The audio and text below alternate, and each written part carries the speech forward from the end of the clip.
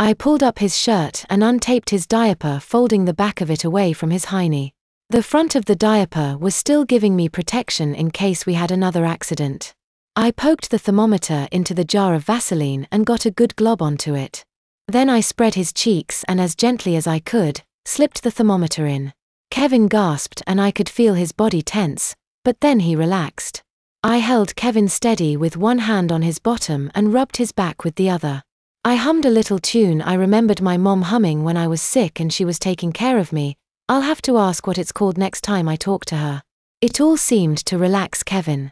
When the time was up, I extracted the thermometer and wiped it clean with the toilet paper.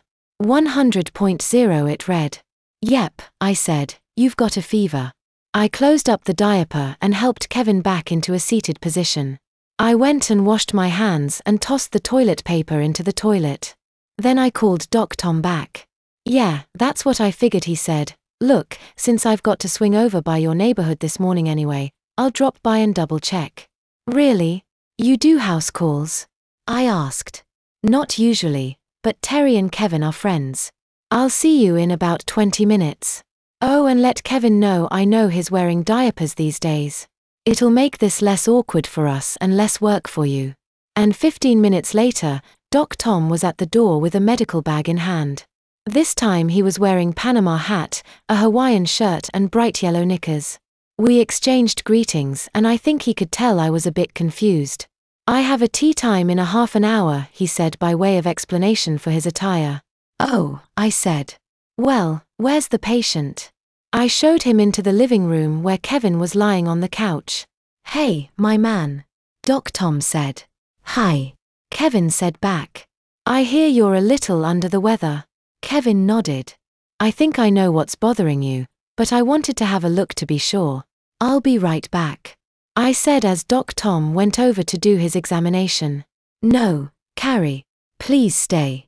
He said, I prefer to have another adult in the room when I do an examination of a child. It's, well, you know, a good policy.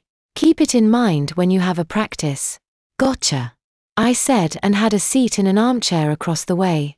The exam took less than 10 minutes and when he was done Tom said, yeah, it's what I thought. I'll call this prescription into the pharmacy and tell them to deliver it here. You, my friend, should be fine in a couple of days, maybe even by tomorrow. You probably don't remember this, but this used to happen a lot when you were little. He gave Kevin a pat on the head and said his goodbyes and was off. See, I said, I told you it would be all right.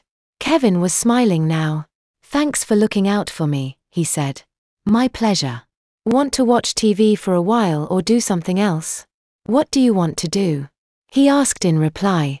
Oh, I get to pick.